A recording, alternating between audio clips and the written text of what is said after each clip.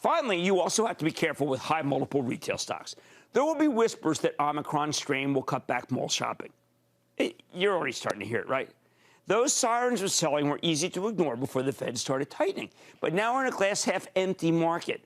All that said, while the universe of potential winners has gotten smaller, there's still tons of groups that work.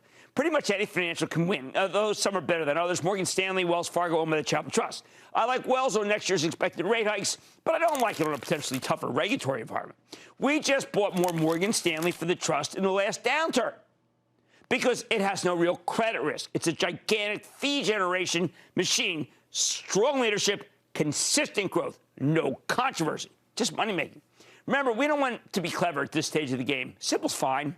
Finally, I really like the consumer staples here, even if it's hard to find good ones. Maybe it doesn't matter. Hey, look, the other day I told you can go out and buy Clorox. Clorox is not doing that well, but it didn't matter.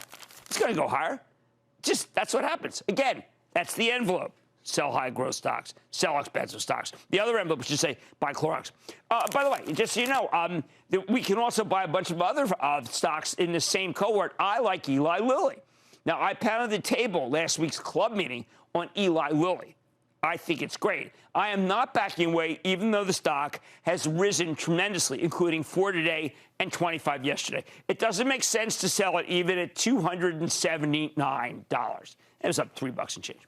I have no idea if Jay Powell will actually throw us into recessions. So many hedge fund managers seem to be demanding. If anything, I think it might be the opposite. He could whip inflation quickly, and we'll have to swap back into the stocks that we sold, but we'll be doing it at lower levels. The bottom line is that my opinion doesn't matter here. Wall Street has a playbook, and you'll be punished for trying to go against it, which is why you don't fight the Fed and you don't fight the tape. Don't miss a second of Mad Money. Follow @Jim Cramer on Twitter. Have a question? Tweet Cramer. #MadTweets.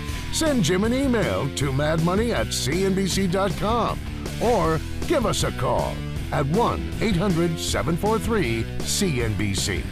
Miss something? Head to madmoney.cnbc.com.